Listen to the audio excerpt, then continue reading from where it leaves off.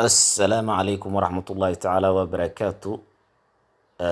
kusoo dhawaada horgal media channelka subscribe sar haddaan kugu cusubnahay.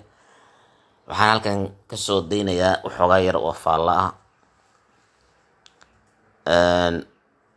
Waxa weeyaan laga soo bilaabo dowladdan hadda maanta jirta maalintii ay dhalatay ilaa maanta, waxa weeyaan waxaa ku socda tashuush.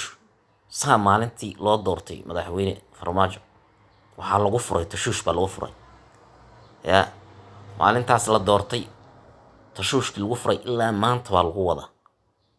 Haddana sidaa ay tahay bifadlilaahi waxa waa laga qaban waayay. Bal eeg walaalayaal, dowladdan inay waxa weeyaan waxaad leedahay marka qaarkood war xagga rabbi bay wax ka socdaan. Wax kasta oo xadhig kastoo la maleego waa xadhig kastoo la maleego ama miina kastoo loo dhigo way ilaahay subxaana wa tacaala baa ka badbaadinaya.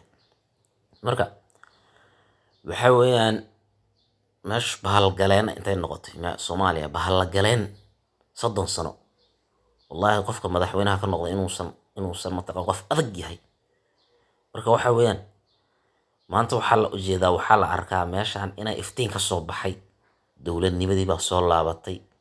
Waxaa la arkaa systemkii iyo dowladnimadii kala dambeyntii, nidaamkii dowlad lagu yaqaanay ayaa dib u soo laabtay.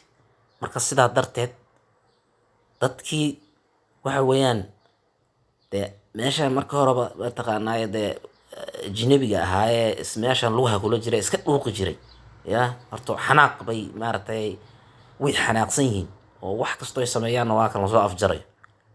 Marka waxa weeye waddankan ilaahay subxaana wa tacaala xaggiisu ka socdaa, dad baa u dadaalaya.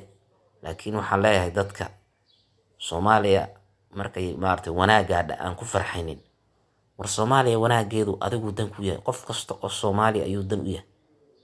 Adduunka waad aragtaan maanta meel kastoo tago waxaa ku soo noqotay sharaftii Soomaaliya soo noqotay. Meel kursi kastay fadhiyaan, sharaftaasi waa sharafaad adigu hesho. Waa inaad saa ugu fikirta, waa mustaqbalkaaga. Qofka Soomaaliga ee maanta dowladdaas cadowga ku ah waa qof mustaqbalkiisa cadow ku ah la dhihi karaa.